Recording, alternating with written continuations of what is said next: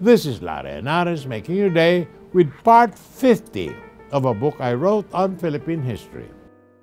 Subject: 5 Latin American countries were democratized after EDSA.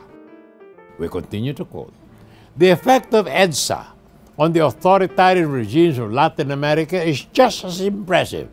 In the 1980s, democratization of Ecuador, Peru, Bolivia, Uruguay, Honduras, El Salvador, Guatemala, and Grenada antedated the EDSA revolution. Traditionally governed by corrupt and cruel military regimes, the Latin Americas of at least 5 countries were inspired by EDSA to mount their own people power movement to cast off their yokes.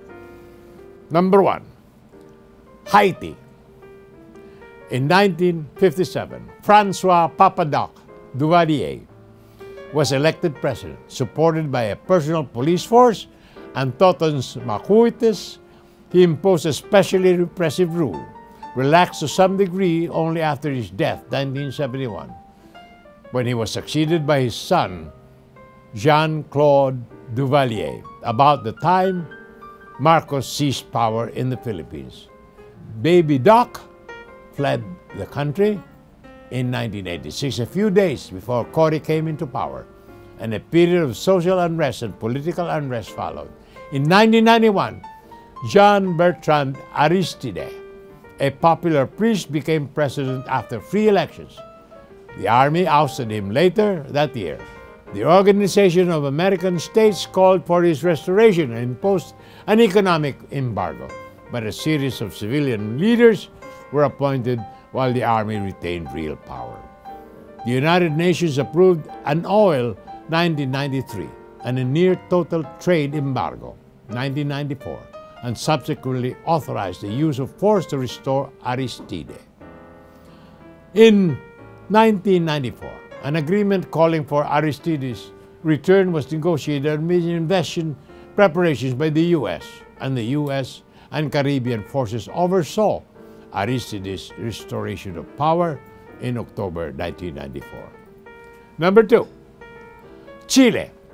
In 1973, following Marcos' declaration of martial law with U.S. support in Chile, a U.S.-supported bloody military coup resulted in the murder of President Salvador Allende. A repressive military junta headed by General Augusto Pinochet, backstopped by an Opus Dei group headed by Pablo Barahona, governed 1973 to 1990. After EDSA, a 1988 plebiscite rejected Pinochet's bid to remain in office another 8 years. Patricio Alvin Azucar, a Christian Democrat heading a coalition of 17 center and left parties, won the presidency in 1989. But under a military-drafted constitution, Pinochet remained head of the army. Eduardo Frei Ruiz Tagle, the son of Allende's predecessor and a Christian Democrat, became president in 1994. More about this after these messages. This is Larry Henares making your day with part 50 of a book I wrote on Philippine history. Subject: 5 Latin American countries democratized after EDSA. Number 3, Argentina. After its defeat in the Falklands War with Great Britain, the Argentine military government fell into disrepute.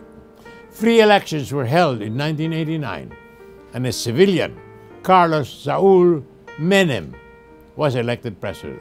Menem reduced the government's regulation of the economy, privatized state-owned enterprises, and introduced austerity measures to control persistent inflation. Number 4, Brazil. In Brazil, in 1989, after EDSA, in the first popular election in 29 years, Fernando Collor de Mello won the presidency. Collor's presidency was marred by corruption and he was impeached in 1992 and resigned. Vice President Itamar Augusto Franco became president. Number 5, Nicaragua. In 1990, a free democratic presidential election resulted in the unexpected defeat of the autocratic communist regime of Daniel Ortega by a woman opposition candidate, Violeta Barrios de Chamorro. And the Sandinista government and the Contras agreed to a ceasefire.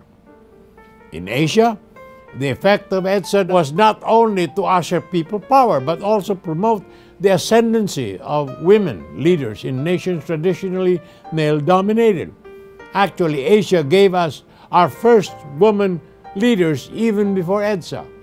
Madame Sirimavo Bandaranaike of Sri Lanka, Goldie Meir of Israel, and Indira Gandhi of India. But these three came into power legitimately.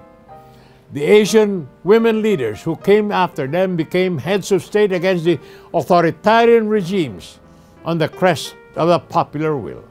We continue tomorrow, my dear friends. This is Larry Henares, making your day, saying good day, God bless you. Thank you very much for being with us. Till next time, hasta la bye-bye.